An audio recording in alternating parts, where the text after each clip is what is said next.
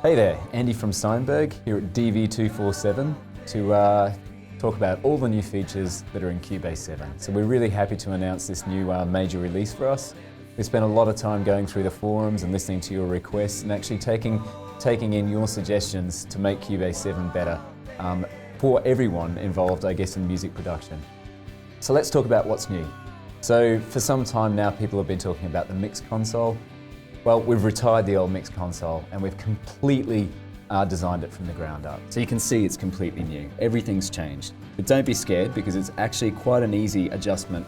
And once you're into it, I can guarantee that you're actually going to enjoy working with this mixer.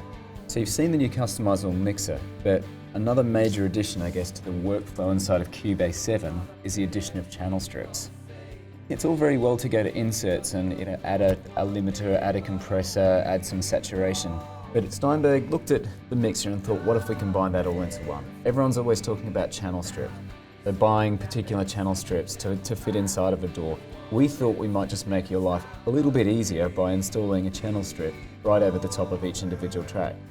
There's new additions in terms of workflow. So there's a new control surface editor that allows you to mix what you're doing in Cubase to your control surfaces. The things that just make touching buttons, I guess, match to different functions in the Cubase environment. Also, there's new sounds. So there's new presets. I guess we've spent a lot of time developing VST instruments like Hellion Sonic SE. So there's new sounds in there. Of course, you add pad shop and retro log into that, a granular, and our traditional synth architecture, straight through to things like new presets in Groove Agent 1. Now, all of these presets across the board are developed by professional users. They're guys that are engineers working every day in a studio environment. Let's say you're starting out at home and you're not really too sure what chords to use or what harmonies to use. Then we've installed this new Chord Track, Chord Analyzer and Harmonizer function in Cubase, which means that you can start off with 3 fingers on a piano or you can start off with a chord in your head. Let's say you're actually you're not a piano player, but you considered a piano and you can actually, type some notes in that make some sense to you, or play some notes, but you're not too sure what key it is. So what you can then do is come down to the MIDI input here, and you can say D, F, A, and Cubase will instantly tell you the chord. So we can actually guide you on what chords you could use as you create your song, and we can even create harmonies for you. So it enables you to actually get the best sound out of whatever kind of knowledge or whatever stage you're at in the recording process.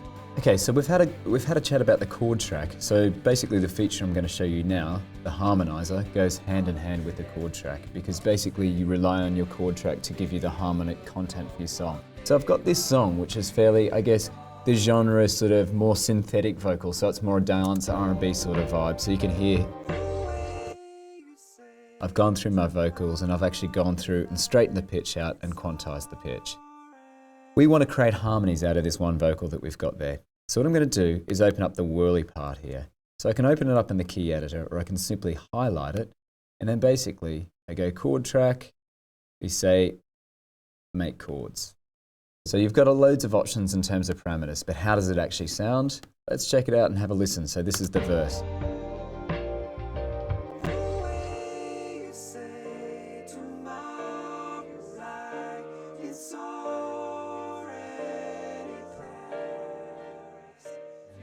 In terms of performance, there's an ASIO guard which makes it a lot more reliable for you to work with a load of VST instruments and plugins on your computer. There's also VST Connect which allows you to talk to users all over the world via the internet. So you can actually use video and real-time audio to speak to other guys and you can work on projects together or discuss VST connections. For the last couple of releases, we've had a relationship with Rebeat. So Rebeat is a worldwide music distribution company. So not only can you publish to SoundCloud, but also in the box you get a trial of Rebeat, which means that you can create your music from scratch in Cubase. You can promote it on SoundCloud, but also you can sign up for your own form of digital distribution. Now Rebeat will allow you to actually sell to every major digital distributor in the world, and they'll give you regular accounting as well. And don't forget that Cubase also comes with loads of HD video tutorials, so it's not just pulling the thing out of the box and going, how on earth can I get this thing to work? It's all there, from the conception idea to getting your music out to the mass market. For some time now, we've been owned by Yamaha, which means that we've had the benefit of Yamaha's top developers sitting down with our top developers and engineers and working together. So when you upgrade from an older version of Cubase, you're getting new content, you're getting loads of new instruments that of course, come from our friends at Yamaha. You're getting so many workflow enhancements, a new mixer, and then new tools that actually allow us to bounce, export, and I guess work with other people in different studio environments. So you can rest assured that upgrading to Cubase 7 is not going to, detract from your workflow in your current setup. It's only going to basically help things and I guess give you greater access to the technology that's available today.